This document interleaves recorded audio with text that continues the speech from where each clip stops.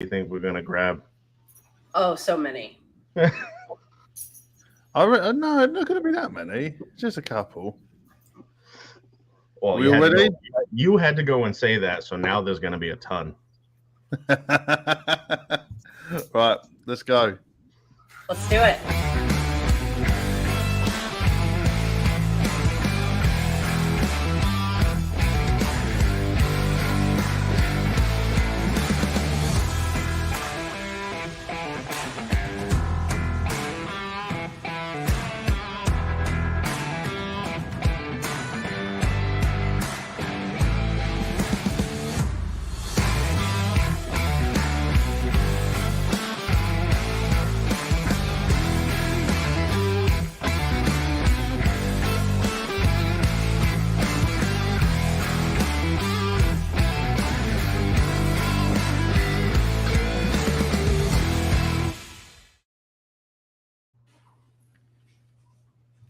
Hi. Hey, Hi.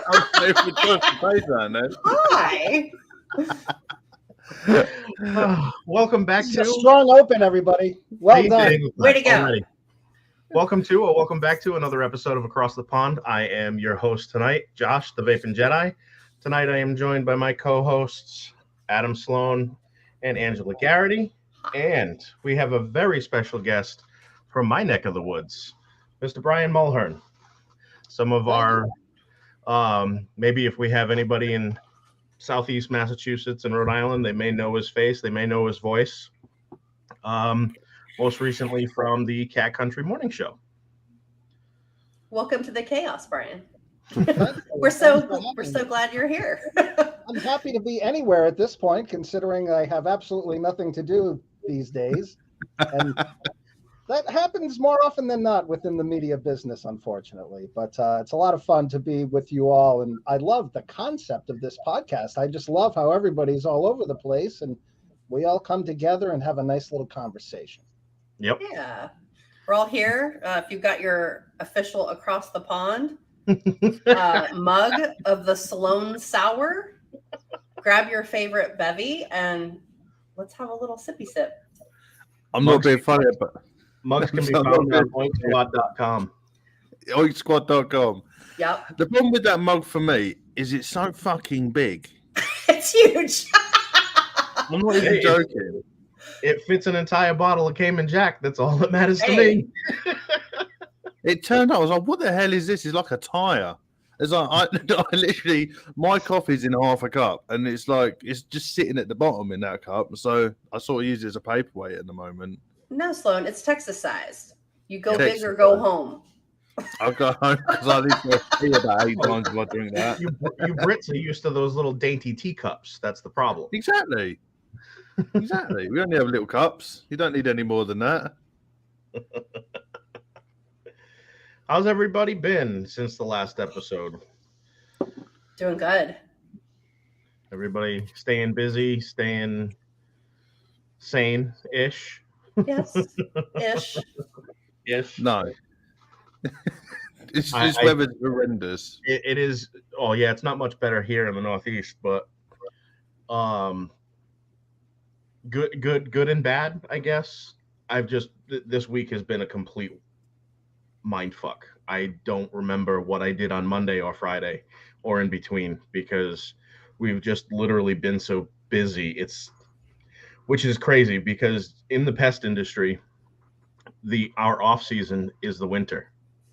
It's usually the time of year where we focus on training, we focus on revamping our programs.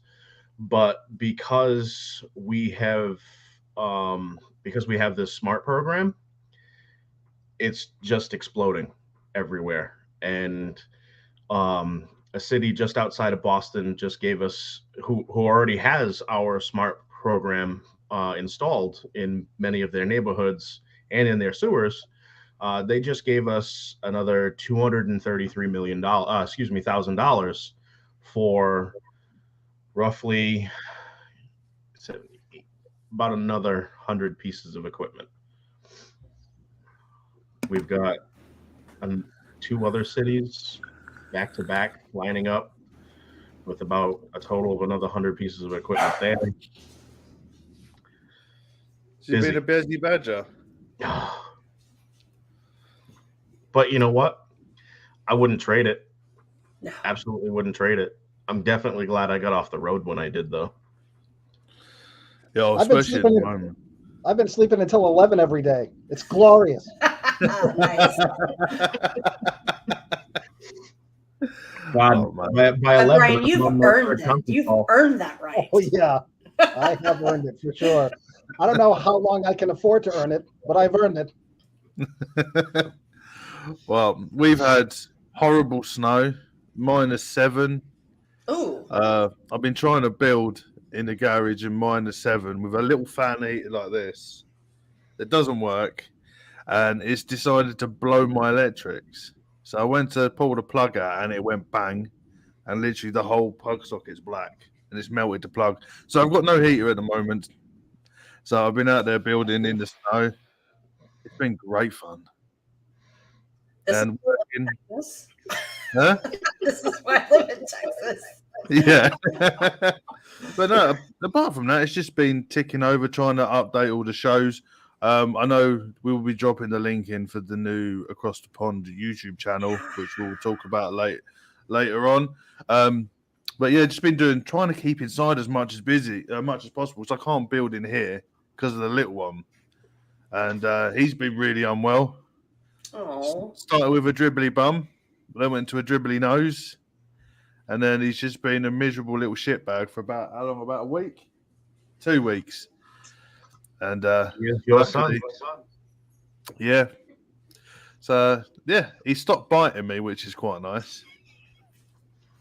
As a Wait, pledge. he was biting. He always bites me. He bit me on the nipple. That really hurt. Look, this is remember, like, before he actually arrived into the world, you're like, I'm afraid he's going to be feral. He is. But he bites like this bit of the skin here, which really freaking hurts. Yeah, and A lot of kids bite. Oh, he just bite. He bit you, didn't he, in the thigh? And I've had to buy another cot. We had to go out and get another cot today that I had to put together. This one, the one before, was hardwood, so it's lasted since I was a kid. He's had it 3 weeks, 4 weeks, 3 weeks. He's broken it.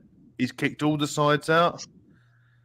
I went to wipe his bum the other day. There's paint in his poo. He's been chewing the sides. Oh. So we had to both go of for mine one. did that. But luckily, it was apparently child-safe paint, whatever the hell that means, like non-toxic. So we've got one now that has like That this. just means there's less lead in it. Yeah. So we got this one now that's got like a hard plastic cover, so he can't chew paint. So yeah, that's what I'm dealing with at the moment. It's like having a little puppy in the house. Oh yeah, that's a hard age. That's like that whole 1 to 2 year is my least favorite age of kids. I'm like, here, I'll take you back when you're 3.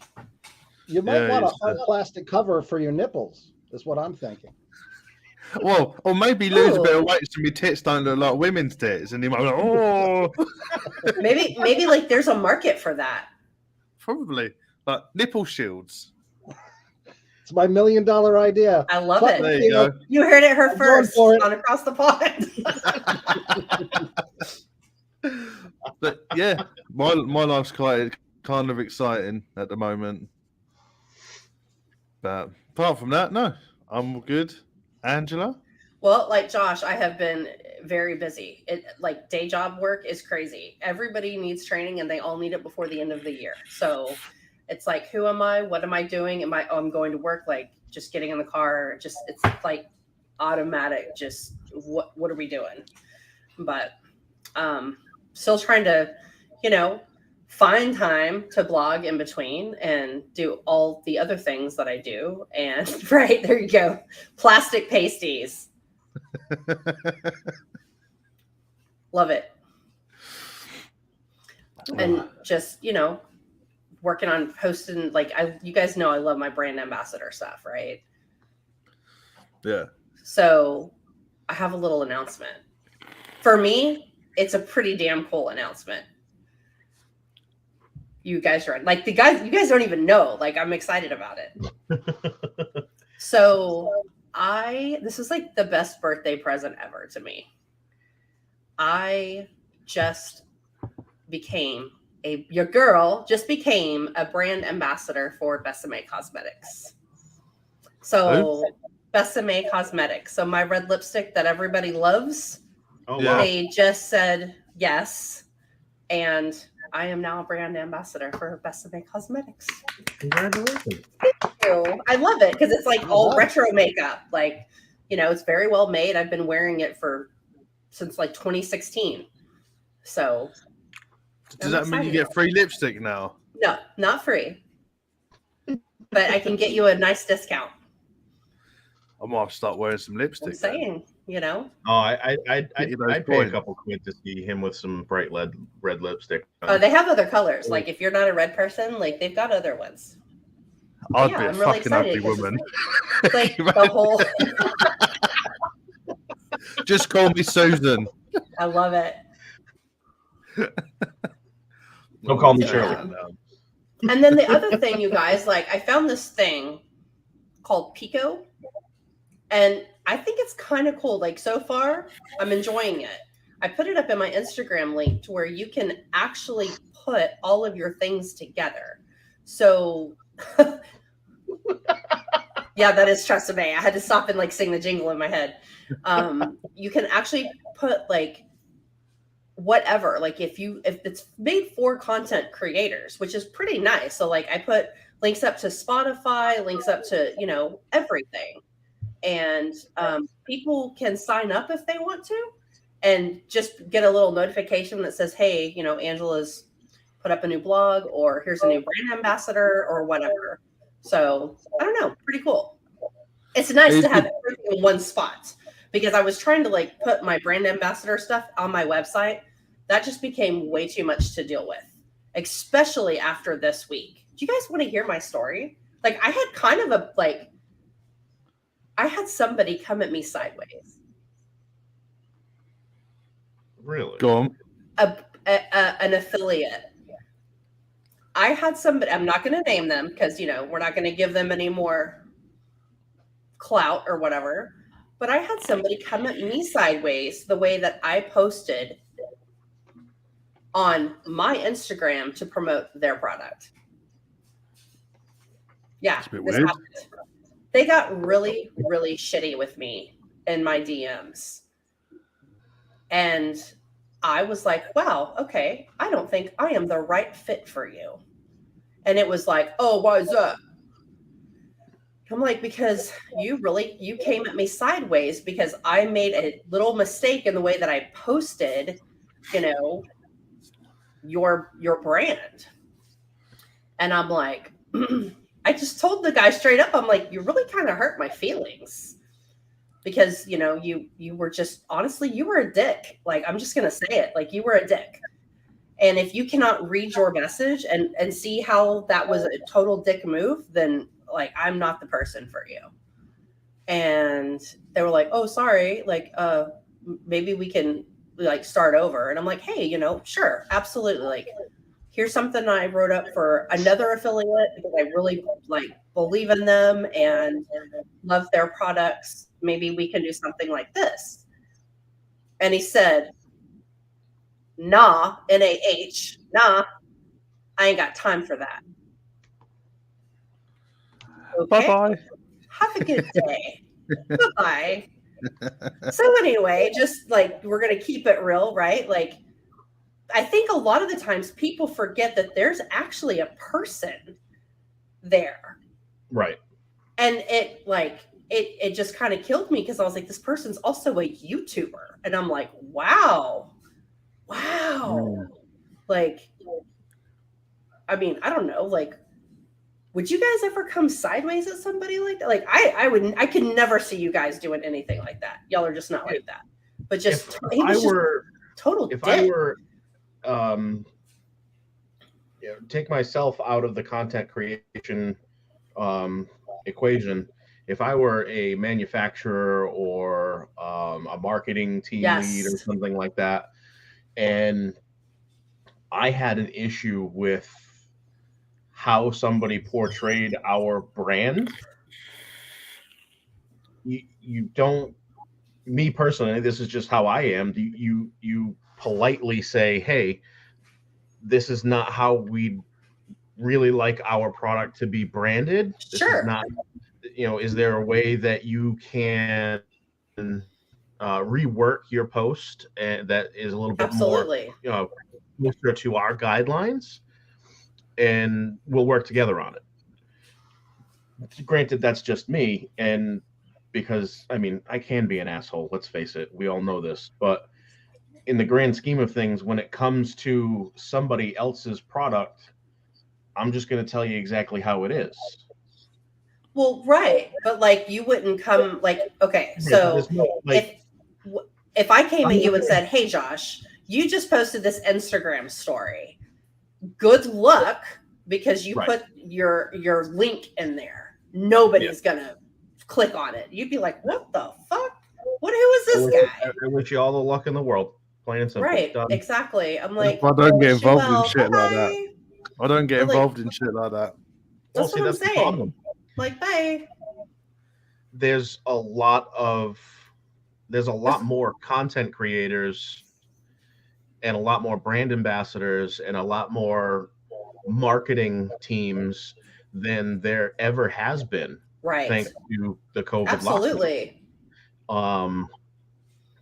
And everybody wants a piece of something. Some people go about it the correct way. Others go in and start asking for free shit. No.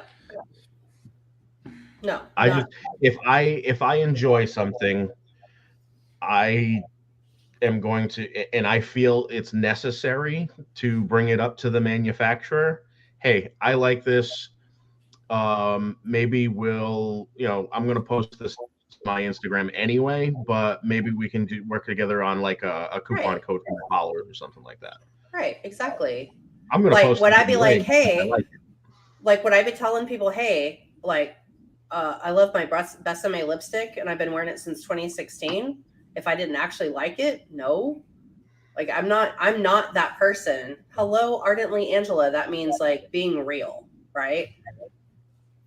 Like, guys, I stopped coloring my hair. Like, that's about as fake as I got was my hair. like, it's fine. Like, no. But anyway, like that's just here's my soapbox, and I'm gonna stand down from it now. But all I'm saying is, like, not every company you want to work with are good people, and there are some assholes out there. I never got involved with stuff like that. Yeah. Because you can be open and honest about it, but then when they're a dick, you just don't want to be a part of it. Yeah. I'm putting in the effort for you, but exactly. I'm like, I'm trying to promote your product on my platform, and you're correcting me. Like, look at your boy. Anyway. Well, we can use this as a pretty good segue to our guest, because there has got to be 1,000,001 shady shit practices that go on with radio sponsorships and all this other shit that either don't sit well or work well, and you end up together for years. What do you say, Brian? Well, anybody who gets into the media business knows of that underbelly. We know what we're signing up for, and we know it's probably not going to end well. So, in a lot of ways, keeping your expectations low is, I would say, a pretty good thing. Now, in terms of how things can get shady, I would say for the most part, people have been above board. That doesn't mean that I haven't had money stolen from me by employers. I have had that happen. That doesn't mean that I always got treated well along the way, but I would say probably the shadiest thing about the industry is to be somebody who's a good person and who works hard and who gets results. I very often find that those are the people who get punished the most. And in terms of the people who tend to keep their jobs, they are bullies, they are thieves, they are incompetent, they are lazy, they are finger pointers, and yet somehow that's what keeps them where they are. And I just don't have the stomach for that. I'm not somebody who can behave in that way and be able to sleep at night. I treat the intern the same way that I treat the president of a company. And I think I've been punished for that along the way, Same. but I'm still sleeping at night. And to me, I don't know that there's anything like karma. People throw that around all the time to me. Look, I've led a very blessed life. I've done things that I never thought I would be able to do, and I've done it for pretty much my whole adult life. I recently saw a stand-up comedian. I loved this premise, but as I try to find out what I'm going to do next, this guy said, "Look, I've been a stand-up comedian since I was 18 years old. And when I turned 33, my wife got pregnant. And I said, well, it's time for me to be a responsible husband and come off the road and get a real job." He said, do you have any idea how difficult it is to get a real job when your resume says stand-up comedian and lemonade stand? And that's kind of what my resume looks like. And I've been very fortunate, but in some ways too, that's something that kind of works against me at a time like this. Mm. So you have to take the good with the bad. It's the same thing with anything that anybody does. And even, Angela, you just made that very point. You run into all kinds, Yeah. but you just try to do the best job that you can and be the best person that you can. And you hope that in the end it's going to pay off. And for the most part, except for a couple of little breaks, it has paid off for me. But it doesn't make it hurt any less when I see the bullies, the thieves, and the incompetents keeping their jobs, Right. while people like me get kicked to the curb. So when you decided to go into radio, did this whole life of you saying about thieves and dishonesty and that, did you know about that before you got in, or did you have to learn about that over a period of time?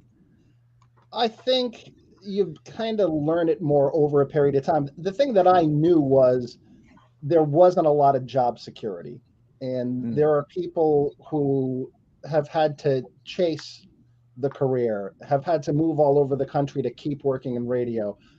I've been lucky enough to do it in the New England area for the entire 30 years. Now, I have moved in the past to write for television. I moved to Los Angeles briefly, but for the most part, and I think Josh can attest to this, it's kind of tough to take a New Englander out of New England because you go elsewhere and it just seems like a different planet. Yeah. And a lot of times you tend to come back because there's just something about this area and this region. And I know if I were willing to move, I'd have a radio job tomorrow. But I love it here. I'm kind of too old for that. And over time, I've seen how nasty the industry can get. And for me to sell a house that I love and move away from family to go to another state, knowing full well that within 5 months I could get kicked to the curb again, it's not worth that gamble for me. And I had to learn that over time. And if I were a younger man, I probably would feel differently, but by the same token, I wouldn't have been stabbed in the back as many times as I have been now that I'm an older guy. So what made you decide just to stay local radio and become a radio host? Was there something when you was a kid that you always wanted to do, or did you sort of like fall into it?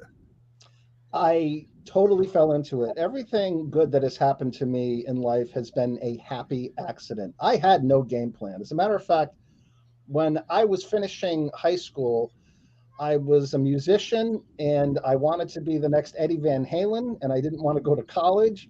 My parents forced me to.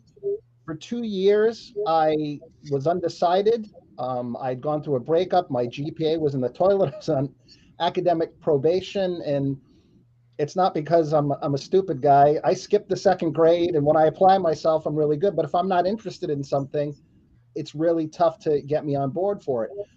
One day, I was sitting with a friend, and we were huge fans of David Letterman. And he said to me, it'd be a really cool job writing for Dave. And it was a lightning bolt that hit me out of the sky. And I said, boy, that would be a really cool way to make a living. The reason why I stopped playing guitar was I knew I was never going to be Eddie Van Halen. And the reason why I didn't try to become David Letterman is I know I'm not talented enough to become that either. But am I talented enough to sit in a room full of funny people and write some of that material? I thought that I could. I looked around, I said, boy, there's a lot of shitty TV shows out there. So that's how that path started. And I ended up taking a comedy writing class at the age of 18. The guy who taught it said, you have some promise. And he let me know then, and I'm going to really date myself now. This goes back to when Jay Leno was filling in for Johnny Carson on The Tonight Show. And this guy told me, Leno, if he thinks your stuff is good, he will pay you to write jokes for him. You can freelance. So I ended up sending like 10 jokes to Leno in Burbank. A week later, he called my parents' house and he said, I think you've got something here. And I want you to try to write jokes for me. And for a couple of years, I did that. It was before the internet. My dad used to have to sneak into work and fax all my jokes over. And whenever he would use one, I'd get the $50. And then I kind of started catching the showbiz bug a little bit. Now, when I got out of college, obviously I wasn't making a full-time living doing things like that. So I had to get a real job. And then one day I had a really bad day at work. I'm driving home. I have the radio station on. I hear this woman who used to do the morning show on the rock station in town saying, I'm back. I'm looking for funny people. I'm looking for somebody who likes sports. So I said, oh, that sounds like that might be fun. So I just sent in my resume, which essentially just had Jay Leno on it. But then she called me and said, is this true? I said, yes. She said, why don't you come in? I started writing bits for her. She would pay me for whatever bits that she used. Then I started making comments off mic. Those were getting laughs. And it turned into a 30-year career. So that's an interesting way of saying we all love to think that we're in control of our lives and we try to game plan everything. But that little series of things right there just serve as proof that sometimes it's just got to drop out of the sky and hit you in the head. I considered working on the radio. I thought that might be fun, but I thought, boy, I don't know how they find ways to talk about stuff every single day. So it intimidated me until I started doing it. And 30 years later, here I am. That's awesome. Story. I love that. And that's one thing on this show. We don't have anything short of running out of things to talk about. If we do, we just revert to food. Well, I can hop on that train with you, believe me.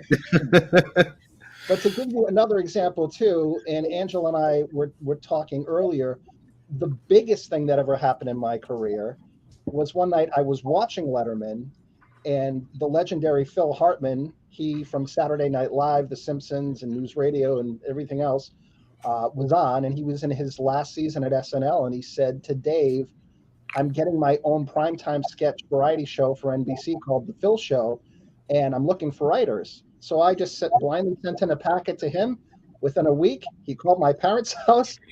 A week after that, I was on the floor, Studio 8H, 30 Rock, just living the dream. And I worked with him right up until his tragic passing in 1998. But I very often think, I don't know if any of you have seen the movie Sliding Doors with Gwyneth Paltrow. Yes. Mm-hmm. Now, the premise of that for people who don't know is there is a moment early on in the movie that she's going to catch a train. And in one version, the train door shuts and she doesn't get on. And in the other one, she just barely slips on to the train. And then you see these two alternate realities and how much her life has changed simply because she either made that train or didn't. It changed her entire life. And I really do feel like my life has been a series of sliding doors moments. What if I didn't have the radio on that day at that time?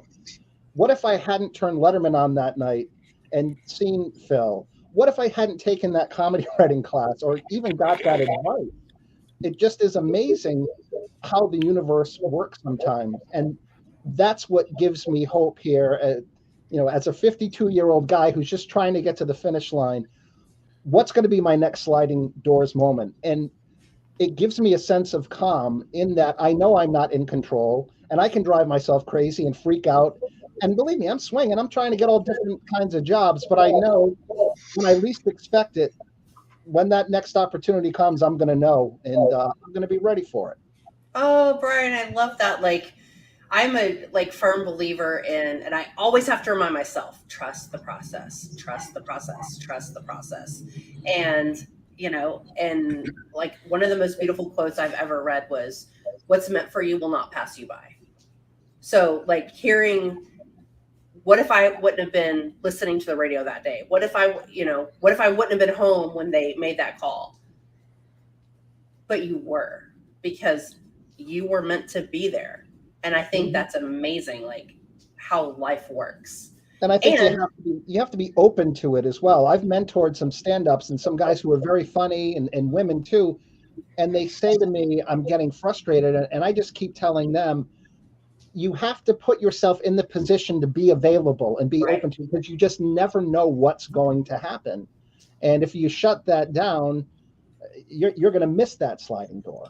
Absolutely. And like, I here's an Angela-ism for you. It's the worst that can happen. They can't take away your birthday and they can't eat you, right? So send them a letter and say, hey, I'm really interested. The worst they can tell you is no. You're not going to die? Like, well, hey, okay. I just told you about the 3 yeses I got. We don't have time for the 2,800 no's that I received over time. And believe me, and it's like the whole iceberg. Like, I mean, it's like, this is what people see, the success, but this is what they don't see. The 2,000 no's, okay, I've gotten 4 hours of sleep this week because I've been working on this, or what, that people only see up here, but they don't see what's down here. Right. And I think more people should talk about what's below the surface and just be real about it. Yeah, I think especially nowadays, like it's my generation and younger, like the social media like age, is very much now. If it doesn't happen now, they don't want to work for it. Right. Where people like, especially like Brian, what you went through, I could pretty much say a lot of the younger ones, once you tell them, right, this is what you're going to have to go through to get a job, they'll all say no. And I think nowadays, on a silver platter. Yeah, I think it's just that instance. It's the same as, like, obviously, I know I'm going to go a bit off tangent, but say like the financial issue we've got and how good like these payday loans and shit are gone, because people want it now. So they'll be, okay, I'll give you 200 quid, but you give me £800 at the end of the month. Yeah, I just want it now. I don't think about in the future. They don't want to work to shit. So they don't want to put away £20 a month and wait 6 months to get it. Everyone wants it now. And I think it's the same with business and obviously like with careers. The work that needs to be put in, a lot of people don't want to put the work in and be consistent with it. Right. I do think we are a very lazy generation. Well, we all got spoiled by Amazon ad, like, and like, well, why would I wait? Why would I inconvenience myself when I can just click and it'll be here in 2 hours? And I feel like that's how like a lot of people are still living in that mode, and that is not life. It's blood, sweat, and tears, baby. These are all excellent points. And to give you another example of this, people have often asked me, how have you had this much sustained success doing what you want to do, where you want to do it for so long? And I say to them, it's no accident, because after I started at the radio station originally, I was on an afternoon show. And when that host left, I went to the program director and I said, I want to continue working for the station, because she was paying me out of pocket. He said, okay, you can continue working here, but you're not going to work in the afternoons. I'm going to give you a shift from 2 a.m. to 8 a.m., excuse me, Saturday night into Sunday. And we'll let you do that for a while and kind of get your chops as a solo radio guy and see how it goes. Now, A, those shifts no longer exist, but B, if you were to tell somebody at that time I was 25, at that age now, hey, you're going to have, that's the sacrifice that you're going to have to make while all your friends are out getting drunk, getting laid, and everything else. You're sitting in a radio station taking calls from drunks who are threatening to murder you because you didn't play Steely Dan for them when they asked for it. And I did that shift for a year. And then I graduated to the midnight to 5:30 shift Sunday into Monday. It was a process. And then I eventually got to where I was. And in 2008, much like now, I had it all taken away from me. I was out of the business completely for 9 months. And then somebody knocked on my door and said, look, I know what you've done in radio and all you've accomplished. I can't offer you that right now, but would you be willing to do traffic for other radio stations for $40,000, which, suffice it to say, was an enormous pay cut and not something that I could afford in terms of paying my mortgage. But I said to myself, you know what?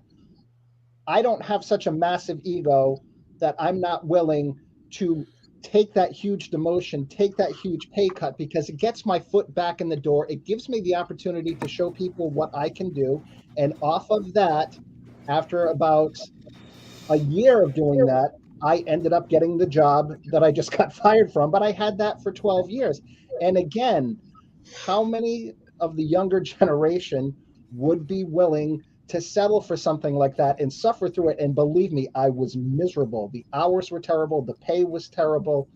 But if I hadn't done that, I wouldn't. That's exactly why I've been doing this for 30 years, because I've been willing to take those chances. Because it's about the opportunity. It's your sliding door, Brian, and I love that.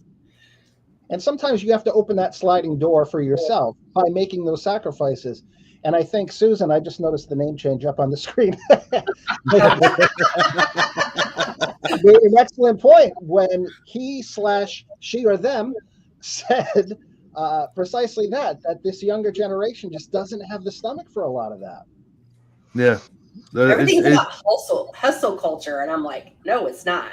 It's not about the hustle. It's about being persistent, being consistent, and resting when you need to. And there's nothing wrong with that.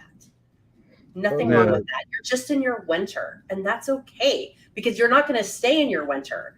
Eventually, spring is going to come, and then you're going to be back in your summer, and then your fall. It's a cycle. It's always a cycle. Sorry, Sagittarian philosophy. Like, there you go. Oh yeah, so, life is peaks and valleys, and you got to keep your head down during the valleys, and when the peaks are there, keep an eye out, knowing that another valley is coming. That's right. And That's right. Be prepared for it. Because I don't know if this is so true, so you'll be able to tell me, but I generally see when people hit that peak, they spend so much time enjoying the peak that the consistency of the work like slacks, and then they drop, and then they can't get back up again. Whereas I think if you just keep the consistency going when you're at the peak, hopefully that valley comes a lot later on. And I think that's where you get like the overnight celebrities and then just disappear like a month later. And then you find them on like OnlyFans or Instagram or something like that, just trying to get that cash back because they're so used to having that cash and that fame. I've said that many, many times. People, when they ask me how I've had the career for as long as I have, I will be the first to tell you I'm not the most talented guy out there. You can out-talent me, but you're never going to outwork me. And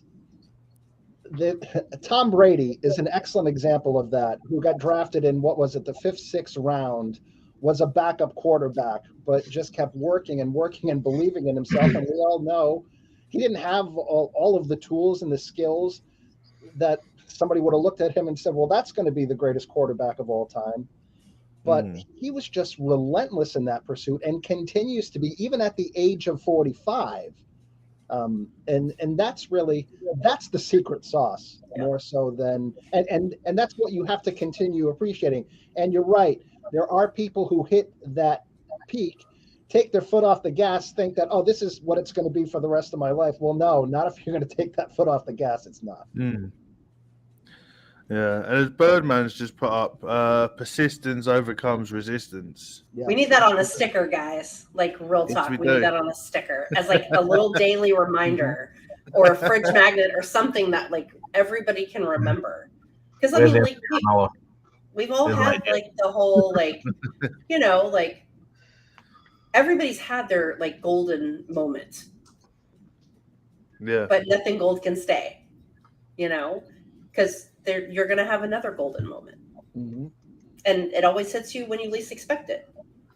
And once you get that opportunity, what are you going to do with it? Are you going to take it for granted, Right. or are you going to work even harder? Because, for the longest time, even with my last job, I said, I know if this goes away, it's going to be really, really hard to find the next opportunity. So I worked my ass off and I held on to it for dear life. But now that it's gone, and I've been here before. Hopefully, I won't be here again. But I've I'm a cat who's maybe used, I think, 7 to 8 of his lives, and I got at least one more in me. Good.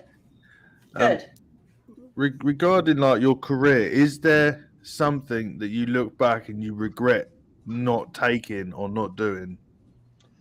I try not to be somebody who looks backwards that way, but there was one time, um, my brother Kevin and I, once Phil Hartman passed, we had been introduced to a producer who ran the MTV Movie Awards. And for 3 years, my brother and I wrote for that with people like Patton Oswalt, Will Forte, a lot of people who've gone on to do some really, really cool things. And throughout that process, I got an agent and a manager, but that was a 4-month gig. And so then I came back to Rhode Island and I said to my agent and manager, please try to continue looking for something. I'm going back to radio for now. And one station that I worked at got sold. And for a while, it looked like I was going to be without a job. And then another company bought that radio station and they offered me the morning show. So it was a good offer. I had to take it. I signed the contract. The next day, I hear from my agent and he says, I just got you and your brother writing jobs for Mad TV, which was trying to go up against Saturday Night Live at that time. And I said, I just signed a contract to do this radio show. But I said, my brother, he can go and take it. That's fine. And then Mad TV said, no, we don't trust writing teams because we don't know which one is the funny one. And the reality is my brother's the funny one. So they really fucked up on that. But I often wonder in that sliding door moment, where would my career have gone from there? Because a lot of my friends went through Mad TV and then just their careers took off like crazy. But had I done that, I wouldn't have ended up with the wife that I have now and some of the fantastic experiences that I've had since. And believe me, I did just fine. But I wouldn't call it a regret, but I'll call it a what if. That's my what if moment. Yeah. Well, a question from Anthony Ramella. Where did the name Brian the Pharmacist come from? Oh man, Anthony, you are an old school fan, so thank you very much for that. When I took that job, that very first radio job when I was in the car, I was actually working 3 different jobs, and one of the jobs that I was working was I was a pharmacy technician. So when I got onto that radio show, the woman who hosted it, her name is Carolyn Fox, she said, I'm going to start calling you the pharmacist. Now, it was a rock station, so everyone assumed that I was, shooting up heroin in between breaks or whatever. When in reality, I was just counting blood pressure medication. So I became Brian the Pharmacist off of that. I was Brian the Pharmacist on that station for 6 years, then another station for a year. And I didn't really like the pharmacist name, and people would call me Farmy and all this other stuff. And every time I would go to a new station, I would say, can I just drop this, please? And they said, well, no, that's how you're known. So for 3 stations over the course of 10 years, I was Brian the Pharmacist. But I feel like Ben Kenobi in A New Hope, the Star Wars, Obi-Wan, who's Obi-Wan? Of course I know him, he's me. But nobody has called me Farmy or Brian the Pharmacist for a very long time. So Anthony, thank you for that. And that proves and I have a great loyal rabid fan base, and that's an example of it right there. And as I've said to them on social media, as they are losing their minds over this whole thing, I would rather have that fan base than a job, because it's going to be them who's going to get me that next opportunity. And to prospective employers, go to my Facebook page. I've got thousands of people who would love to hear me on your radio station. So keep that in mind, please. Little plug. Well, Brian, we'll talk after the show, and I'm hoping that maybe I might be able to be a sliding door. How about All that? right. That works for me. Absolutely. I've got kind of a weird question for you. It's a kind of a long wind. I've been thinking about it a little while, but knowing me, I'm going to say it wrong, so just bear with me. Okay. With the evolution of radio into like podcasting and live streaming is becoming more prominent nowadays. What's your honest opinion on the progression from like your little local radio station with your little tower above the little shack in the middle of nowhere for the local radio into now any Tom, Dick, and Harry can go buy a mic and start their own radio show or podcast from their phone, or like what we're doing I'm in my living room.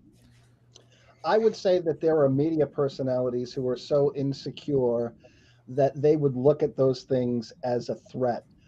I'm on the other side. I love this. And I never say no to a podcast.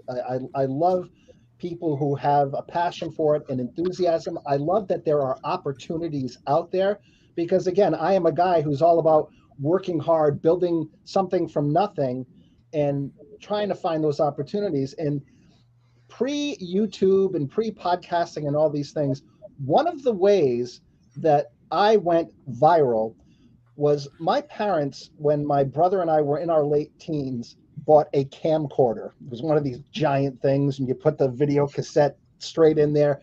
And my brother and I just started shooting sketches that we wrote.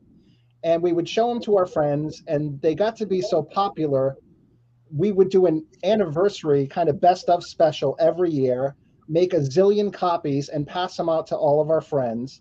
And then they would make copies for their friends.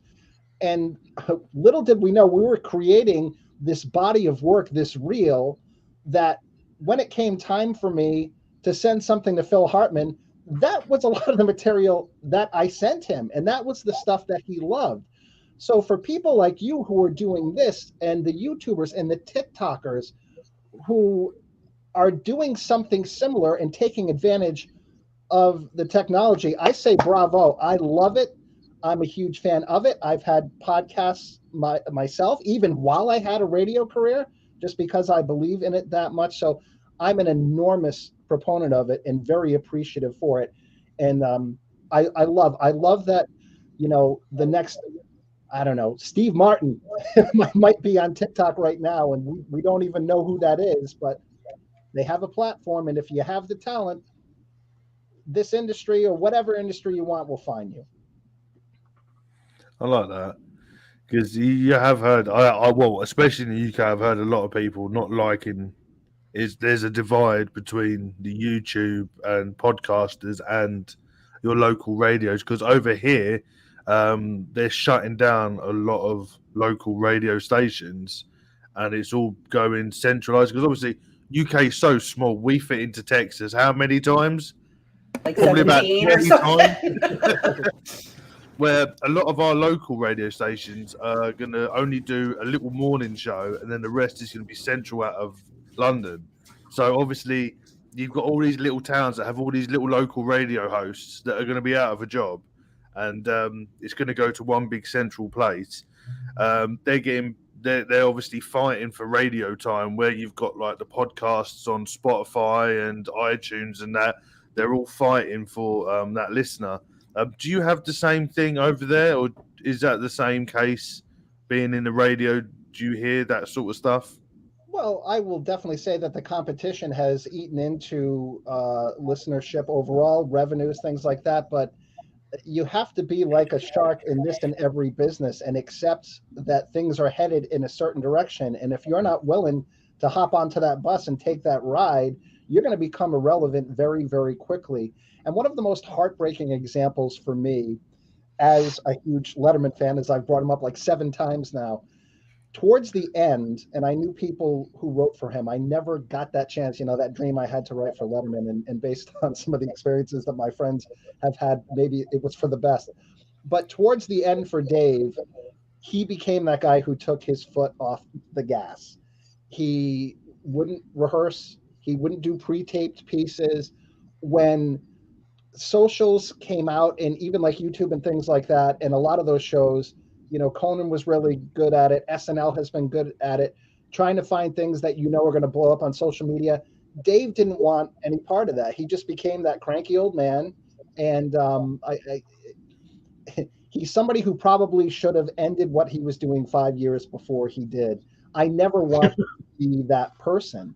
And look, there are cars that are being manufactured right now where they're taking the AM radio out of them.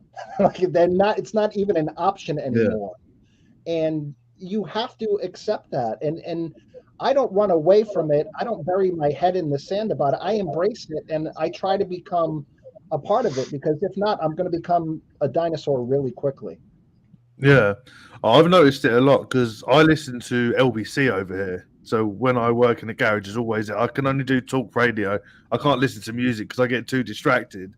But what they've started doing is you can listen to them on the radio, or you can watch a live stream from their studio. They're doing like the YouTube stuff as well. Did you do stuff like that at your radio station as well? We would do, for a stretch, we would do some Facebook Lives and things like that. I definitely understand the thought process behind that, and I don't think we did quite enough of it. But to be honest with you, we didn't need it. Like that morning show, and I had a number of different co-hosts. It was never out of the top 5. It was usually in the top 3. It was, 1 and 2 probably for a lot of that time. And the amazing thing is, it was a country music station in the Northeast. Now, either you like country music or you don't. And the Northeast is not Nashville. Let's just put it that way.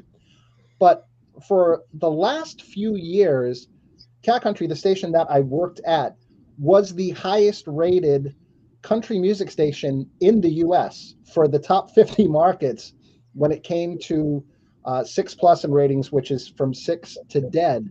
So I didn't feel like we needed to do that as much because we were already doing so well.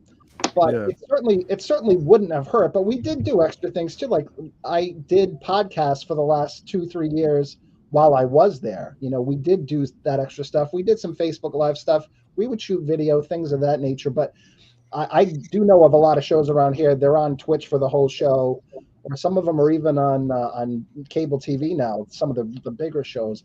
And I think there's definitely an advantage to doing something like that. That's forward thinking. There are many people in radio who still want it to be the glory days of the 80s and 90s, and they still want to do it that way, and they're just hanging on to it for dear life. And those are the people who will, when they get out of the business, will never get back in. Yeah. Missing the wall of vinyls. Right.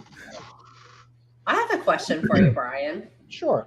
I'm not going to ask you to name the person because no. But can you tell us about like the worst celebrity encounter you ever had working in TV, radio, media? Okay. This is the thing that my wife hates the most about me. I'm going to tell you 2 stories. Okay. I'm going to tell you the worst, and I'm going to tell you the best. Love so it. Save the best for last. Okay. The worst, I will not identify this person, but he was a comedic hero of mine. And while I was writing for the MTV Movie Awards, he was very involved one year.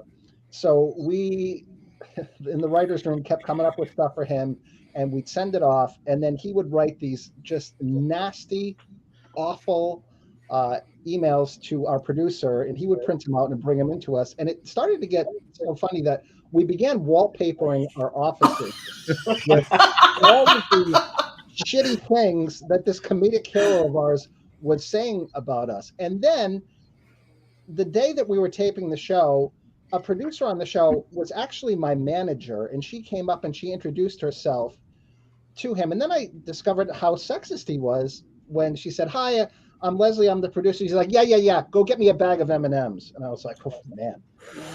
So, and making matters worse, too, as a card-carrying New Englander, he had a Yankees hat on, which is not cool in Boston Red Sox Nation.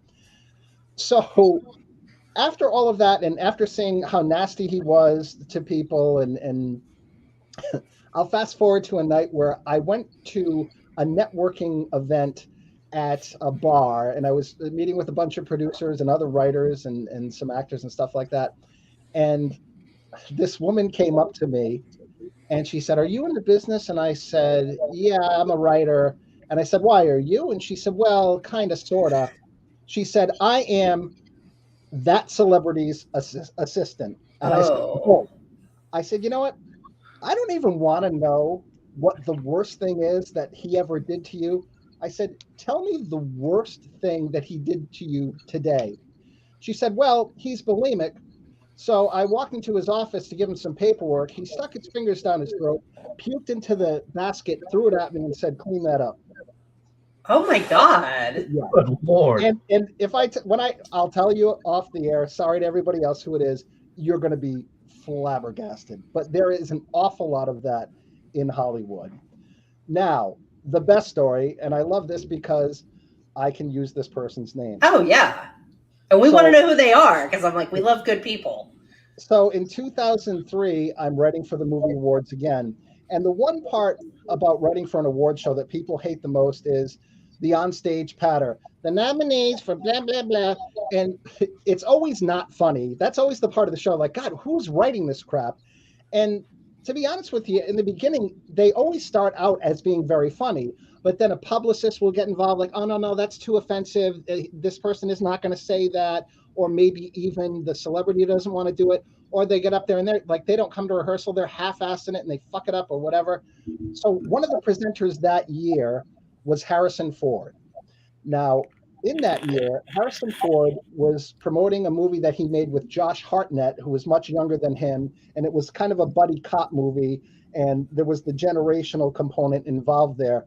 So everybody who was writing for the show that year grew up just adoring Harrison Ford. I mean, we're talking Indiana Jones, we're talking Han Solo, right down the list. So we all wanted to write his patter.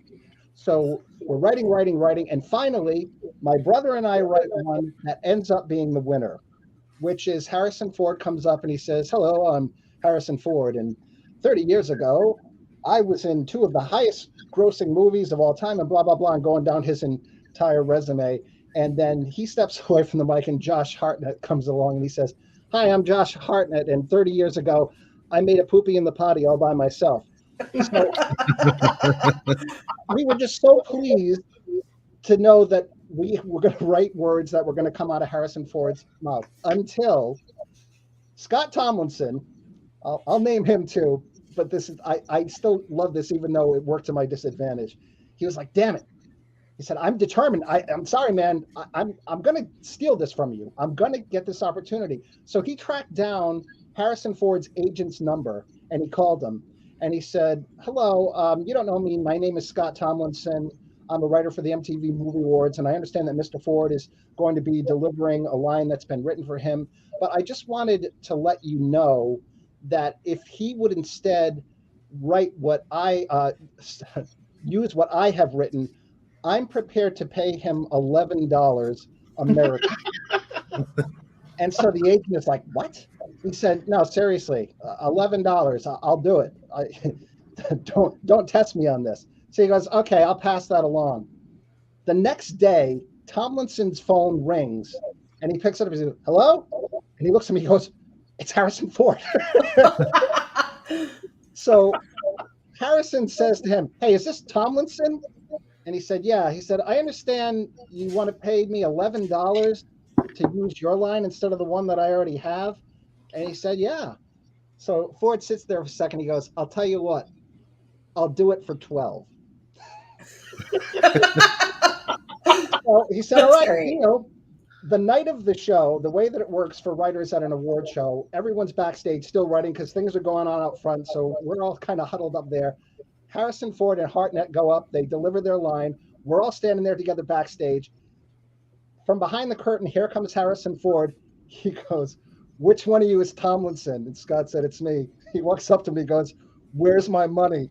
Scott gave him $20 and he walked away, and he just made all of our lives like just the coolest thing. He had to know what that meant to all of us. Yeah. It was just such a silly, funny story. And somebody like him could choose to be above us 1,000 times over. But Yep. I just absolutely adore him. I already loved him, but after that, I Oh, love yeah. him even more and will for the rest of my life. That's Yeah, awesome. that inner geek is going, Han Solo, talk to me. Exactly. And like he needed the $12, which I also love. Right. And still collected it. Just completely finished the bit. So I've quite obviously been listening to you for a while, and have followed you from station to station over the years. Thanks, man. One thing that I never really got or knew was, why did you use Philips for so long? Okay, Phillips, that's kind of similar to the whole pharmacist thing.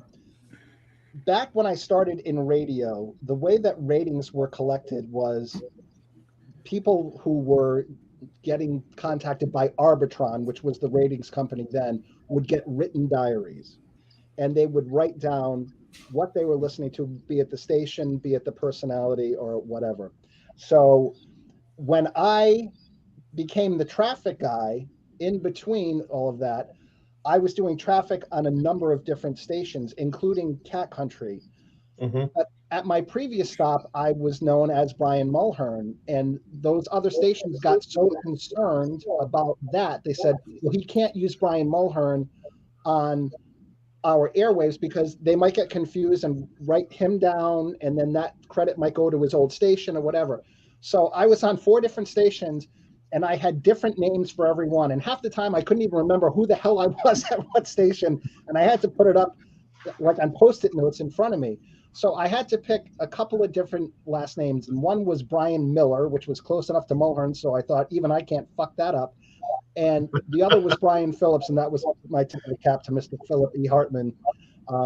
So when I eventually transitioned over to Cat Country and became the host, because I had been their traffic guy known as Brian Phillips, I had to keep the Phillips name until I got married, and until they started to see too on social media.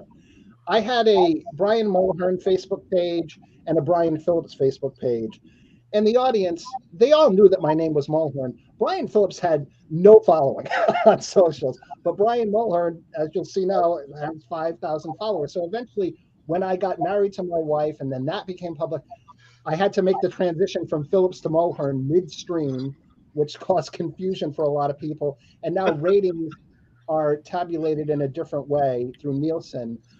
People actually wear meters, so they're not writing things down anymore. The meter picks up what you're listening to, so that's no longer an issue. So that's why, for a brief time, I had to be Brian Phillips. Somebody just got home. The dog's going nuts. Yeah. Hi. Thanks for that. So I just got a message from our one and only Anthony Ramella. I don't know if turn you your know- screen down a bit. There we Yeah. go. There we go. Oh, he's made it into a mug. What does it say? I don't have my readers. It says, well, what does it say? Overcome. Resistance. Yep. Oh, nice. I like it. I'll take 2. When you was on radio with the country music, I've always wondered, do you pick the tunes, or is it just pre-done playlist and you just sort of just go down the list? Here's the dirty little secret about all radio stations and formats. When you make a request, nobody's playing it. If you hear it, it's just because it just so happened to be scheduled, because everything is done down to a science. Every song is tested. And we have the technology now through Nielsen that we can tell what songs are making people change the station, making people shut their radio off. We can even tell to a word when they're shutting me off, which can be a little bit intimidating. So the songs that you hear are the ones that have tested the best. And people say, if I listen for 2 hours, I hear the same song. Well, it's because most people only listen for 15 minutes, and they're just going to keep pounding those songs that they know has people keep the radio on. And if we would take a song out or put something in, sometimes you get in a lot of trouble because that's messing with their algorithm and all of the money that they paid for this research.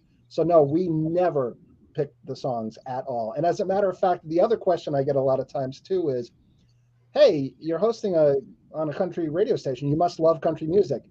Not necessarily. We go where the jobs go.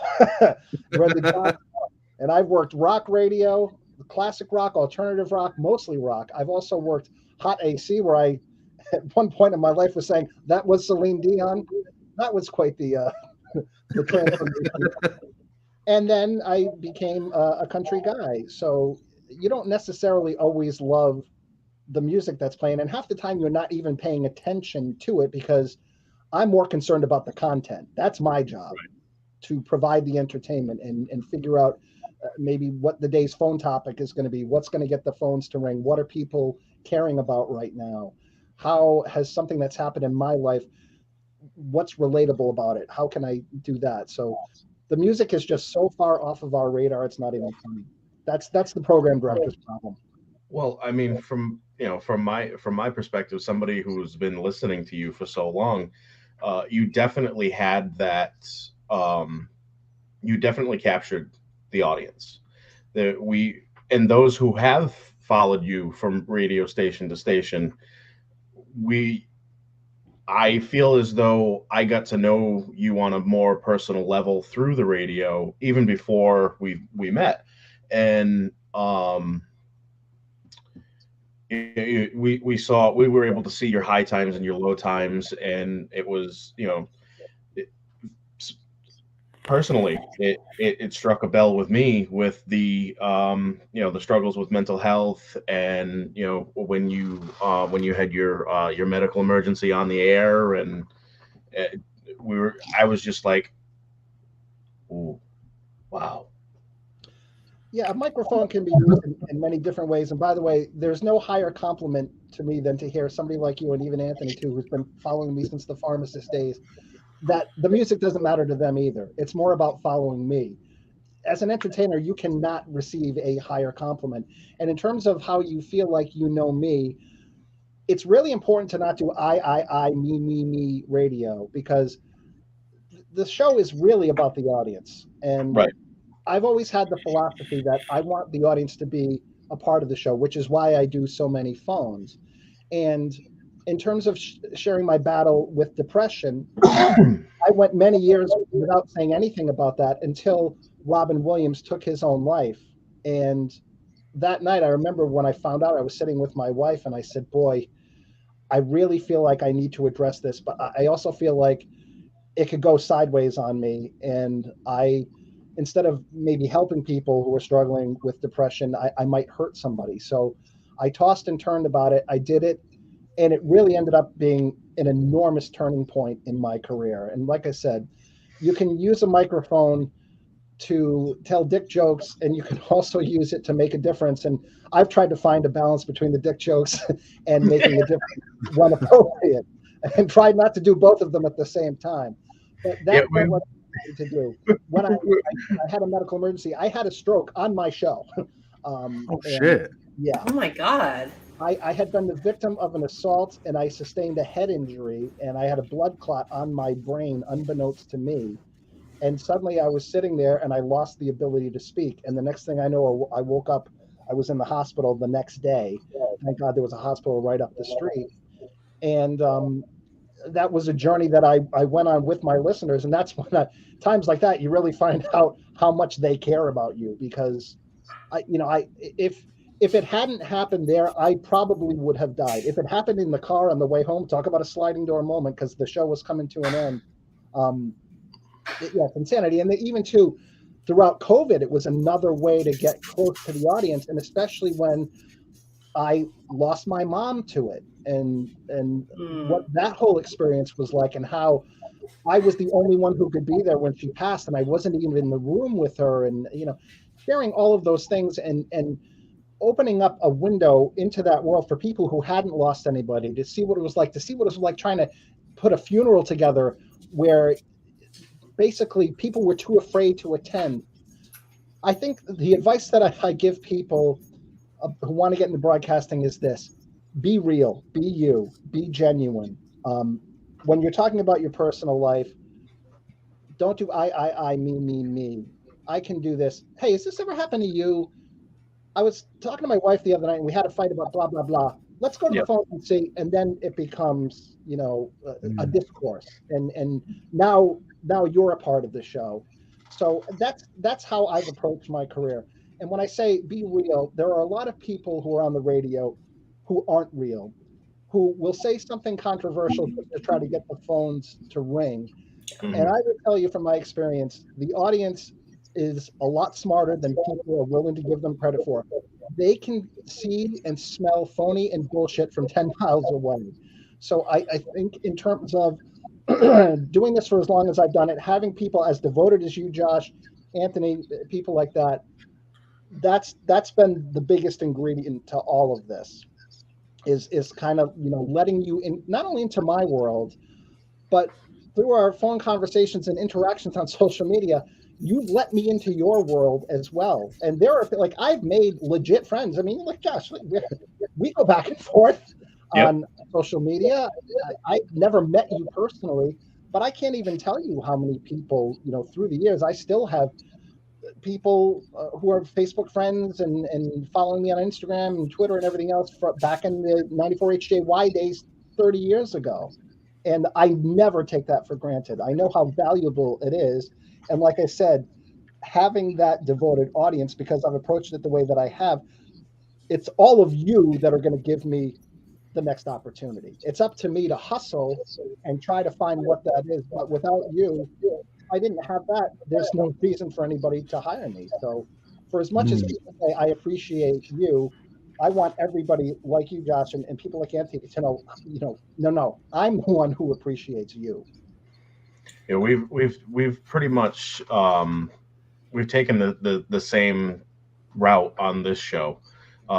We're all completely open and honest, and one of the one of the first things that was told to me when I was thinking about this, from a couple of good friends, Jay and Logan, who both have their own shows. They said, just be yourself.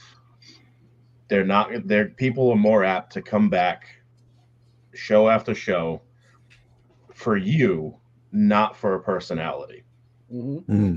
And we got a beagle butt. I love Beagle Butt. I was thinking of sitting the exact same way, so you're welcome that I didn't. I'm sorry, Brian. That's a cuter butt. I will say too, in terms of the importance of personality, there's a couple of favorite parts of the movie Private Parts with Howard Stern, but there's this scene where he's in DC getting chewed out because he lost a sponsor because of something controversial that he said. And in the middle of that, somebody comes running in with the ratings and they're like, wait a minute, he's up. And they're like, well, how can that be? And so they start breaking down the numbers. And for the people who love them, he's up 20%. Well, what about the people who hate him? He's up 45%. And that's part of being you. And you have to be compelling in that way. You need to have people either listen to you because they love you or listen to you because you kind of piss them off a little bit. Now, you can take that too far, but in being real, when you get that balance, that you're going to be very, very successful if you do it the right way. And by the way, if you're not real and you want to play it down the middle, you're giving them no reason to listen. Right. Yeah. Was there any time in your career that, say, like, one of your bosses had tried to stop you being real and tried to make you into something that you're not, that you had to fight against? Yes. Speaking of Private Parts, I've sat in many meetings where I've had to endure things like, no, it's WNBC. You're constantly getting advice from people who haven't done what you're doing, but kind of wish that they could have. And the most frustrating kind of advice that I get, especially in this day and age, is when you get sat down and you're told, well, I want you to try to do, and again, these are the people who are trying to hang on to the 80s and 90s, a dumb criminals bit. because, hey, look, that's what Rick Dees did back in 1985, and boy, did that move the needle then. Or we want you to do the dad joke of the day. Oh, And, yeah. And oh. you're a comedy guy, though. I thought you would like that. And I'm sitting there thinking to myself, Joe Rogan is not doing Dumb Criminals. Joe Rogan, like him or not, by the way, and he's another one who is very polarizing and has been very successful because of it. But there are people in those positions who are not forward thinkers. They're hanging on to the past for dear life, and they're giving you advice that you know is going to hurt your show. It's going to hurt your brand. If I'm doing the dad joke of the day, that's not me being real. I fucking hate dad jokes. Me But too. my audience isn't going to know if I start making that a segment that was my program director's idea. Then it's on me, and they're like, "What the hell has happened to him?" Click. Right. Yeah. So, Like Brian, like I wrote one time about here's how I peed my pants. Like I told people about being chased by a fucking rooster as a kid because it's hilarious. That really happened to me, and to this day, like if I'm like, oh hell no, like nope, not going over to the pen. Like I'm good. I can take that one step further. Back in the year 2000, when I was working on a classic rock station, I was talking about how I was getting so frustrated going to sporting events where I was drinking like several beers and I'm sitting in the middle of the aisle and I kept having to get up and, disturbing people and everything, or even being on a plane. I don't like to use the men's room. And I said, I've really been thinking about wearing adult diapers to games and when I fly. And so my co-host said, well, let's put that to the test. Oh, for an entire challenge show, accepted. For an entire show, I wore an adult diaper and I drank not alcohol throughout, and just to see what it would feel like if I were to approach athletic events and flights in that way. And let me tell you, it's no picnic. What I discovered was, no matter how secure that diaper feels, somehow you feel like it's leaking all over the place. And not to get too disgusting, but I'm going to, and to take it to an inappropriate place. Your pubic hair is soaking wet. It's just not comfortable at all. So, needless to say, that was another real moment. It was something I had really been thinking about, and we brought it to the air and we tried it. And then for anybody else who was thinking of doing it, I was your guinea pig. So, Angela, to write about something like that, that's hilarious. Chased by a rooster, and you pissed yourself. Well, yeah, because I'm like, who hasn't been chased peed by a their rooster pants? and soiled But themselves? in general, like I'm like, I want to like live vicariously through others and be like, hey, when you write about something like funny, like here's why I peed my pants, because everybody's peed their pants, and if not, you're not lying. cool unless you pee your pants. You're not cool unless you pee your pants. And then you talk about it. Join us. And then like really serious shit, like here's 5 things my divorce taught me, because I want that to help other people. Like, please learn from my mistakes, or I don't know, like that's why I do it. Let me tell you a great story off of that. So I went through a divorce while I was working at a certain radio station. As a matter of fact, I had moved to Los Angeles to try to make a go of the writing thing. And I had an agreement with my wife at the time. I'll get out there, I'll get settled. We'll try, then you'll move out. We'll rent the house back in Rhode Island, this very home. We'll try it for a year. If we like it, we stay and we sell the house. If we don't, we move back. So I get out there, I get settled. My wife comes out. She says, I can't do this. And I said, what do you mean you can't do it? I can't move here, but you have to stay. You're living your dream and I don't want to affect that. I'm like, whoa, what, you're going to move back? Are we going to be divorced? I don't know. I'm confused. And I had an offer to do radio and a very lucrative offer back there that I had turned down. But I said, well, I'm not going to lose my marriage over a career. So I ended up having to quit everything, moved back home, couldn't save the marriage. Now I'm just sitting there crazy depressed thinking, well, I fucked up my TV career. Now I'm here. I'm all alone. I'm in my early 30s. But I said, you know what? There are a lot of people who've been through divorces. So I'm going to make this relatable content, and I'm going to try to help people to see the humor in all of this. So my now mother-in-law was listening at the time. And at the time, my now wife was going through a divorce herself. And my now mother-in-law said to my now wife, there's this guy, Brian, who's on the air, who's going through a divorce too. And he's being really, really funny about it. And I don't know, I can just see you two together. Aw. My now wife emailed me 16 years later. Here we are. And you didn't say no. Right. She emailed you. She was like, you know what? What's the Well, worst that here's can the other happen? thing. I knew her from childhood. She was the Aw. shift supervisor of my brothers at KFC. And in my teens, I had an enormous crush on her, and I was always too afraid to approach her, or we were with other people. And then when she finally emailed me, and her mom didn't make the connection that it was me, I was like, is this Carla Bonacorsi from way back when? And sure enough, and now here we are. She's her unemployed dreamboat has docked.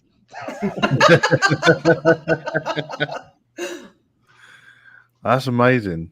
It's good when you hear nice stories like that. But that's how you use and Angela, you're doing the same thing with your writing. That's how you use all of this for good. You be as relatable as possible. You be as real as possible. Right. And maybe even and so many people, the other great compliment I get, I was going through cancer treatment and the only way I got through it was you made me laugh. I mean, you hear something like that. My wife works for nonprofits and she runs into people like that who tell her that all the time. You're really, and Angela, I'm sure you're doing the same thing. You're making that connection. That's why people want to read your shit, and that's Yes. why people want to listen to me. That's why people like Josh are following me, and that's why it's even important for me. I don't have a microphone now. You've all given me the opportunity to get back out there again and Yeah. maybe show a prospective employer what I have, and also to thank my audience, which I never got to say goodbye. Oh, that's the worst. It was just pretty much get out. So, and that's what most radio stations do that. So that wasn't unexpected. But the good thing now is that we do have socials, so you can say your goodbye in that way. So that's been cool. But even this is a great opportunity. It's been a lot of fun, and thanks so much for having me on. I really appreciate it. Thanks for being here. This has been Absolutely. great. That's the one thing I love about content creators is our circle of friends that create content. We're doing it because we like to. Mm-hmm. It's things that we enjoy. And once it starts feeling like work, I don't want to do it. Yeah. Personally, I'm like, no, I need like a mental health day myself. And I'm like, need to just not do this today. And that's okay. Yeah, the thought of doing something that doesn't have a creative component to it terrifies me. Like Me too. As I said, when I was going to school and I was undecided and I was failing miserably, even though I had proven that I was a pretty bright kid, I just couldn't get invested in it. And I'd be afraid that if I ended up in a cubicle pushing papers around somewhere, I don't know. I just don't feel like that would go very well. And I feel like I would probably suck at it, but we'll see. We'll see what's in store for old Brian the pharmacist, Phillips Mulhern, coming up. You never know. And coming off of what Angela said, this is exactly why I think that our scheduling works so well. We're not here every week. We take a week off. We're in every other week. Sometimes every 3 weeks. I mean, and there was at one point spouses and kids and we have lives. Yeah, life gets in the way. Sure. The biggest thing we all agreed on was that not only does this not ever start to feel like work, but have that open line of communication that, hey, I'm not feeling it, or hey, something happened, or hey, I've got this going on. Either two of us carry on with the show or none of us. And we get on our socials and we let people know, and because that's a whole weird part of all in and of itself, because we never thought that this would take off and go anywhere. We've got the same group of people that come back every 2 weeks, and now we're starting to gain more and more people. And when we were just a podcast, when we hit other than the UK, when we hit our first international listeners, our international group of listeners, it was like there are people in Afghanistan listening to us. Like that. I mean, we're just nobody sitting here just shooting the shit for a couple hours about nonsense. But the weird part was having to, hey, sorry guys, there's no show tonight, and I'm like, is that really, like, people really come back and like they're like sad and taken back that there's not a show one night. Um, it Well, still people just ask boggles me, my mind. what's the hardest part of the job? And my answer is always this.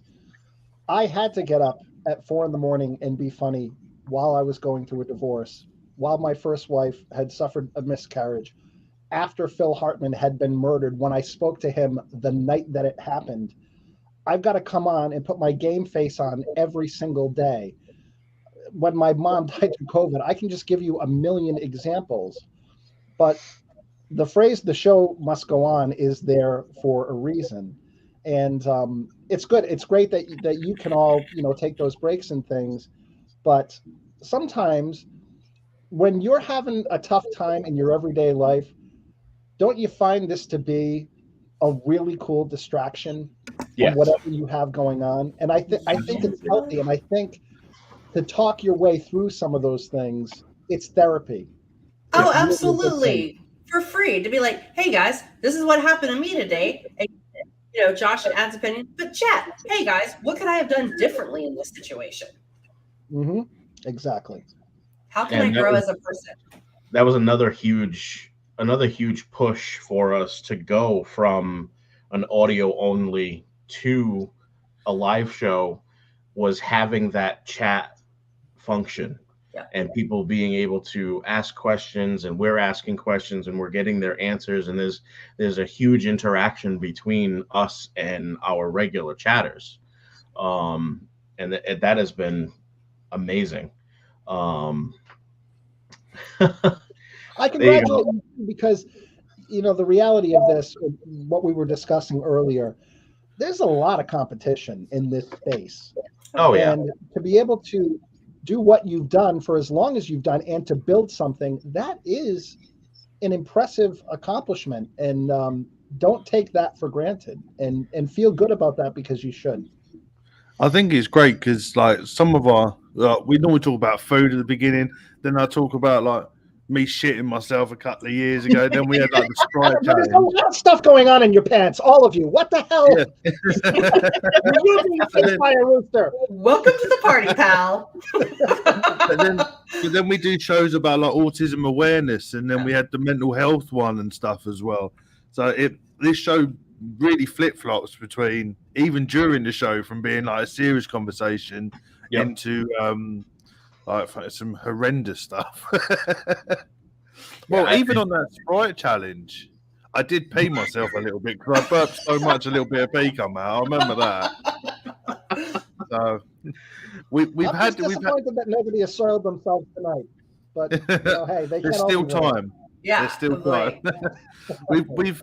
We've had a request. We do a little commercial break for our sponsor.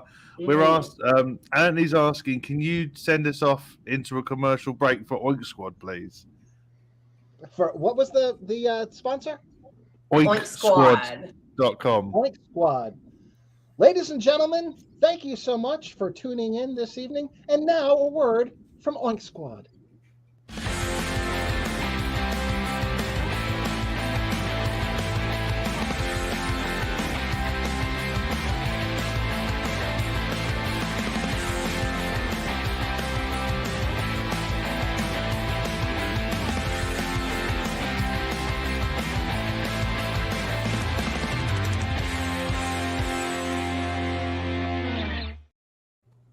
Oh, I bet he's creamed in his pants here. I've soiled myself. It's happened. Would you mind indulging me right now? I'm going to provide everybody with a real moment. I'm nothing if not a good son. Every night I call my dad at 7 o'clock, and if I don't call him at 7, and this would be Eastern time, he thinks something terrible has happened to me. Would you mind if I just call my dad right now? Go Very, for it. quickly? I'll let him know. Okay. Yeah, no, please do call Okay, Dad. Hi, Dad. Here's a real moment. All right. I apologize for this. No, don't Just, apologize. It's awesome just that you take- get to call your dad.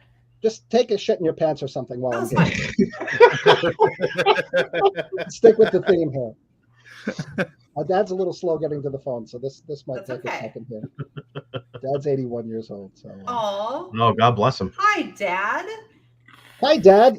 You're right now. I told you I had that podcast, that video thing that I was doing tonight, and I forgot to remind you about it last night. I'm still in the middle of it, so is it okay if I give you a call a little bit later?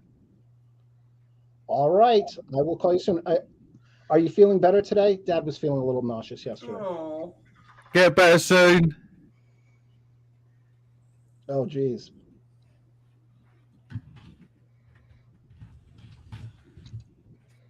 Oh, that's good. Well, everybody here on the show is saying get well soon, and I'll give you a call in a little while. All right, love you. Bye. Dad's feeling much better, so Good. thank you very Oh, much. that's good to hear. And as Andrew says, everybody call your parents, tell them you love Parents? them. Yeah, absolutely. Like, I'm parentless. Like, call your fucking parents, Oh, call your yeah. grandparents, call your aunts and uncles. Like, remind people that they matter. It's, Absolutely, very important. Yeah. What? I had a question. Brain fart. What was it? Oh, I can't remember. Your brain just doesn't fart. It shits itself. Regularly. Um, I'm getting a bit better. you forgot yours. I've got one. Brian, your opinion. We're especially here in the States, and I don't know about the UK. We're starting to see, or we've seen, a lot of larger companies buying up the smaller radio stations.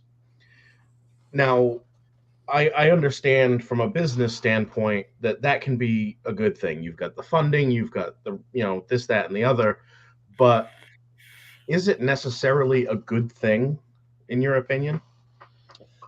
I've worked for the corporate behemoths, and I just came off of working for a small family owned, and there are advantages and disadvantages to both. Now, what I would have told you about the small family owned, as things were cranking along, and I said it many, many times on the radio show, the thing that I liked was the president of the company knew who I was, and with that came job security for 12 years, but apparently there was an expiration date. So that was the great thing about working for a small family owned. The difficult thing about working for the smaller companies is a lack of resources. Now, their expectations are that you should still deliver and perform as if you have all of the resources that your competitors do who work for the huge companies. So, maybe my program director at the small family owned will come to me and say, okay, we want you to do a TikTok video. Here's a rotary phone. Go get that done. And then I can't shoot a TikTok video on a rotary phone. Well, you better figure it out. That's not my problem. So that's the issue with working for a small family owned. You have to do a lot more work. And towards the end, I was putting in 13, 14-hour days. And I kid you not when I tell you, especially off of the pandemic where they had to get rid of people, I was bathing like twice a week. Like, this job had just become such a monster. And at times it almost felt like no matter how hard I worked, it didn't matter. And then I would get told things like, well, we're not asking you to work 13, 14-hour days. I'm like, I know you're not asking me to, but to use the analogy, somehow you want somebody with a rotary phone to shoot a TikTok video. And I have to figure ways around that to make that happen. So I can't work smarter if you're not giving me a smartphone, for example. So that did get to be an issue. So I think the danger of the mom and pop radio stations maybe going extinct because of the corporate behemoths is that, look, and I'm very appreciative to my previous employer. 12 years in radio at the same station is a lifetime, and it doesn't happen a lot. And I'm very grateful for those 12 years, and I wouldn't trade them for anything in the world. But I was always living in fear that, well, suppose this station does get eaten up by one of those giants and they come in, they're like, we're going to fire everybody and bring in our own people or change the format or whatever. That's just a part of the business. And again, it's something that you knew when you signed up for it. Do I think it's a good thing? Do I think it's a bad thing? There are a lot of radio stations that are struggling to meet their bottom line. And, as Josh can tell you locally, and as I can even tell you nationally, there is a radio company that 2 weeks before I got mine fired $50 million worth of payroll. And when you give a haircut like that, what ended up happening was when I was on the Jackson and the Pharmacist show back in the day, my then co-host Paul Jackson ended up going to Philly and working in a top 10 market in the afternoons, and he was number one for 15 years, and they still fired him. And they told him at the time, look, we need to save some money, and it's not going to help us to go into a small market and fire somebody who's making $40,000. We have to make some cuts that hurt here, which I understand, and that's great in the short term to solve your financial problems. But in the big picture and in the long term, you're getting rid of these good people who have these followings, and you expect that you're just going to be able to maintain everything that you have. And you feel like, especially people who work on the administrative side, they think we're all interchangeable parts and we're all very replaceable, and they're the reason why the ratings are high, when in reality it's a team effort. So the radio landscape is really starting to terrify me right now, because even when I lost my other job 14 years ago, there were more jobs to go to. But now that radio is eating its own, there aren't as many jobs anymore, and things are becoming syndicated or voice tracked. As Susan had said moments ago, there are a lot of radio stations that just have a live morning show, and then the rest of the day is tracked or whatever. So yeah, I don't necessarily think that that's a great thing, but this is an industry right now that's just trying to survive. I can definitely see that.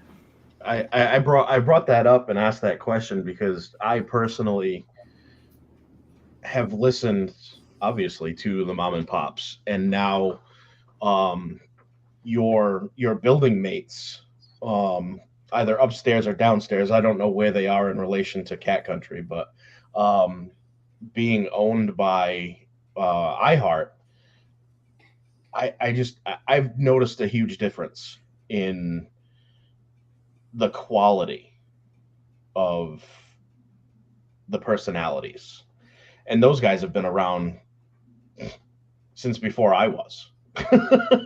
Hey, and this is so funny too, those radio stations were right next door, and my little brother is working on the morning show for the rock station. Those guys, Paul and Al, who've been there forever. So he's in the thick of it, and believe you me, my brother and I, it's ironic that we were competitors, but we would often exchange notes and talk about it, and talk about what was frustrating him about working for the behemoth, while maybe I was a little bit frustrated for other reasons working where I was. And the reality is, no matter where you work, what you do, the size of your company or not, we're all going to have things that we don't like about it. And a lot of them might be different in nature, but that is just the nature of working anywhere. As my brother has often said, and he said it for years, you know what the real problem in life is? Other people ruin everything. And this should be a great way to make a living. And everybody should be happy and walk in with a skip in their step every single day. But where I really had my eyes opened to that was when I started hanging out at SNL with Phil, when he would start telling me stories about how cutthroat it was and how competitive it was and how frustrating it could be at times. And I'm not going to give this person's name. And Phil was this, like, grew up in California. He's a Canadian, so there's that element to his personality, but he was kind of a hippie surfer dude. And just the nicest, most laid back guy you'd ever want to meet in your life. Well, the cast members and the writers write material, and a lot of times Phil would write some of his own stuff, and he would bring it to a table read, which is where during the week they bring out every script that's been written, and the cast acts it out in front of the producers and everybody else, and they decide what some of the funniest stuff is before they move forward with it. And he said, I would find that my stuff would kill at the table, but then I started to find out that a certain fellow cast member kept walking into Lorne Michaels' office afterwards and saying, did you really think Phil's thing was funny? And just start tearing it apart. And then eventually I would discover that it had been yanked from the show. And I eventually found out who was doing it. And let's just say that this fellow cast member was diminutive in size. And he said, Brian, one day I was walking down the hall and here he comes. And he says, hey, Phil. And I don't know what came over me, but I grabbed him by the shirt collar and I pinned him up against the wall. And suddenly the headline flashed across my brain, 200-pound comedian kills dwarf. I dropped him. I let him go. He ran away and he never did it again. But he said, I tell you that story to say this. I worry about you and your brother because you're nice guys. And you feel like your work should just stand on its own and you shouldn't have to fight for it and you shouldn't have to stab people in the back. And he said, in a lot of ways, you're going to get walked all over and you're going to have a really, really hard time. And even at the time, he said to me, look, I never had my church lady or my catchphrase or anything like that. And he said, I think some of that is because I'm not that person. It's the thing that I said to you earlier about the people who keep their jobs in radio. And those are the people that people like Phil Hartman and I want to kill, but we know better than to do that. And we do not have it within us. But it's really, it's a different version of the same story. And to learn that working at Saturday Night Live in some ways could not be fun as a 23-year-old, I'm like, what? Like, how is that possible? Everybody should just be kissing the ground every day when they walk in here. But when you start to see how the sausage is made, it's a shame. Other people do ruin everything. It's Hollywood. It's all glam and glitter. And then you get there and you're like, I'm literally stepping in human feces on the fucking street. It's gross. And it's ego too. Yeah. Just a lot of massive egos. Oh, I can imagine. So one thing that we do towards the end of the show, start wrapping it up, we have we've got a Spotify playlist. And at the end of every show, we all pick two songs each, and then to add to the playlist. And then we pick a couple of songs from the chat as well. So don't, we'll come to you. We'll let you think. I'll start thinking, you're right. But chat, if you guys want to start rolling through some songs, you guys got yours ready? Have you thought of anything? Yeah. Yep. We're all done. First time ever. We're all done. Wow. For once, Adam, you're prepared. Yeah, don't worry about what you pick because this playlist is very eclectic. It's got a bit It's of a fucking everything hodgepodge. on there. Yeah. It's a Motley Crue playlist. It's all over the place. Oh yeah. Who wants to start? I'll go. Angela goes first. Come on, guys. And Brian, just so you know, that's the running joke because I have really bad social anxiety. So if I go first, it's blah, blah, and then I'm good. Everybody else can take a turn. By the way, I share that affliction, and people are always stunned when they hear that because they say, geez, you're so personable. You talk for a living. I see you up on stage. And Steve Martin suffers from the same thing. And people say, how can you get up in front of that many people doing stand-up at Madison Square Garden? And he said, it's because I'm the only one that has the microphone. And the part of social anxiety is when the spotlight gets turned on you and the other person has the microphone. So I totally get what you're saying. Yes.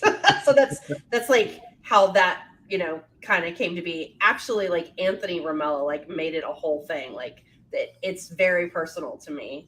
But the two songs that I picked were Radio Rodeo by Elvis Costello, because radio, right? No YouTube strike. and Rock Me Amadeus by Falco because Falco. And it's my birthday, damn it, and I can pick whatever the hell I birthday, want. by the way. Thank you. I picked Our House by Madness Yeah. and Hey Suburbia by the Screeching Weasels.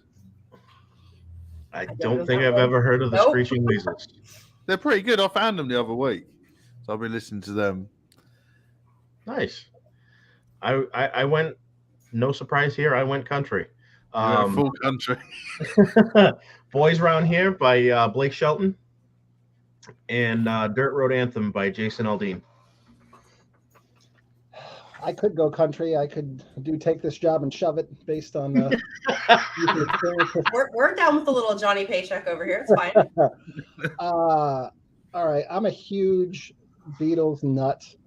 So I'm going to go Hey Jude by the Beatles. And then if I could close all of the songs out, since I did want to be Eddie Van Halen at one point in my life, and I missed the man dearly since he passed. Let's do Happy Trails by Van Halen. Very, very short song off of a very, very long Hey Jude. That's like the pissing song in radio. Hey Jude and then Layla. Because the songs just go on forever. The album Frampton Comes Alive when you worked at the rock station and he's like noodling for 15 minutes. I could take 3 shits in 15 minutes. And an extra one on the way. Right. Wouldn't be across the pond if we weren't talking about shitting and pissing. Where did it go? Anthony Ramella had an amazing one. It goes with the theme. I think it was, Video Killed the Radio Star. Oh, there you go. Good one. Right. Do you want to pick another one? Just because it's fucking hilarious. Meat Plow by STP. Meat Plow. Yeah, it's Stone Temple Pilots. It's just a funny name. Come on. In all my years working at rock radio, never played Meat Plow. This is a first I'm really going to enjoy. You know, in terms of my next gig, I wouldn't mind driving a Meat Plow. That's for OnlyFans, Brian. Well, talk about OnlyFans. I saw a death metal band called Drive By Bukkake. I thought that was a fucking interesting name. You can find them on Spotify. We are just That's a skirting different way to get shot. that edge for that next community guidelines violation. That's right, it's the last show on Across the Pond. As long as we can stay on for tomorrow's show, we'll It's be good. not the last show. Don't say that. I wish you had that said to me. With that being said, I got one more thing. Happy birthday. So it was like I tried to get that before. Well, hang on, let me loop it. Happy birthday. Happy birthday. Happy birthday. Happy. That is weird. Hey, Duchess, guess what? Shut up. Hey. Sorry. So Adam touched very, very briefly on it.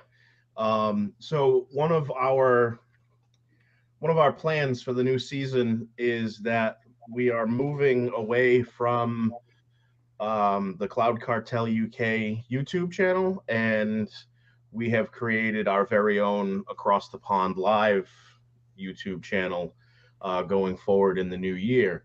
So, Adam, do you have the link handy?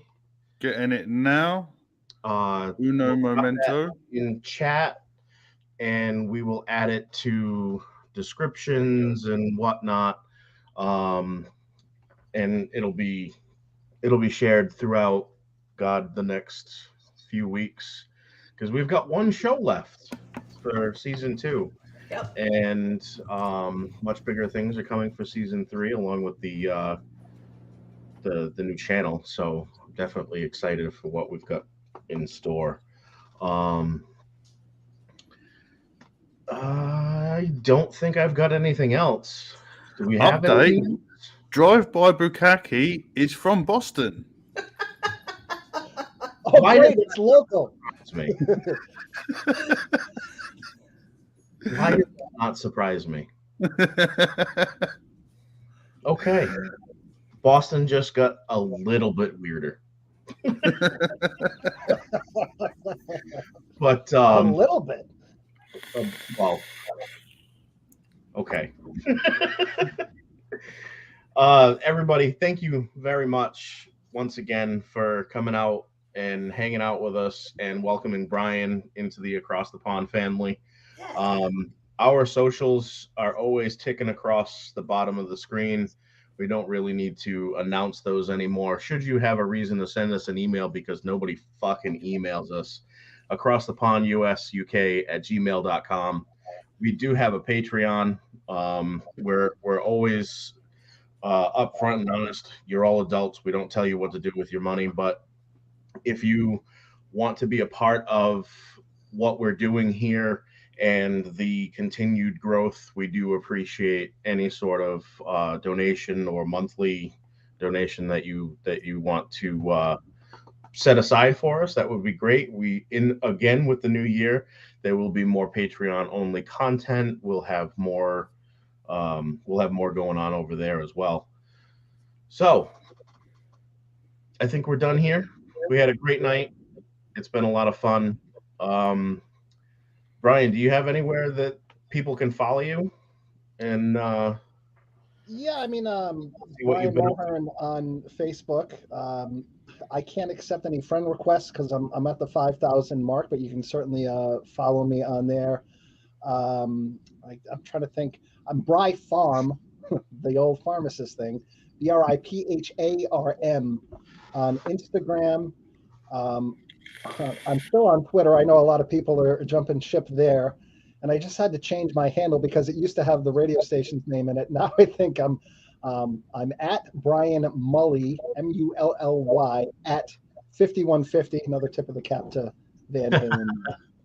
But I'm all over socials. I don't have my own TikTok channel, but yet that could be tough. And it's because I still have the station's rotary phone. That's why I don't have the TikTok channel. But I just want to say what a blast this was, and what a pleasure it's been. You know, I already knew Josh, but getting to know the two of you, and I can see why you're all doing well. You're doing a great job here, and keep up the good work. Thank you. Thank you so much. Thank you very much for taking the time to come on. My friend, I have nothing but time right now. We'll see you next week then. Yeah, I'll be back. Well, Josh has dropped all his links into chat, so make sure you go over and follow him on the Instagrams and the Facebooks as well. I mean, as with just about all of our guests that we've had on, except for Duchess, Brian, you're part of the Across the Pond family. You now have a seat here anytime you want. Well, I'm happy to be a part of this somewhat dysfunctional family. It's not somewhat. It is very dysfunctional. Any other way.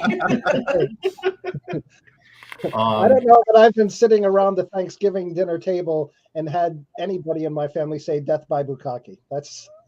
I've been alive for 52 years. It's the first time I've ever experienced that. So thank you for that opportunity. It's drive-by bukkake. Drive-by. Excuse me. Sorry. My apologies.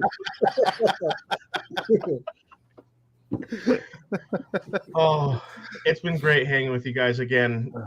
Be sure to check the Discord and the socials for updates. And yeah, we'll see you in a couple weeks. It'll be a good one.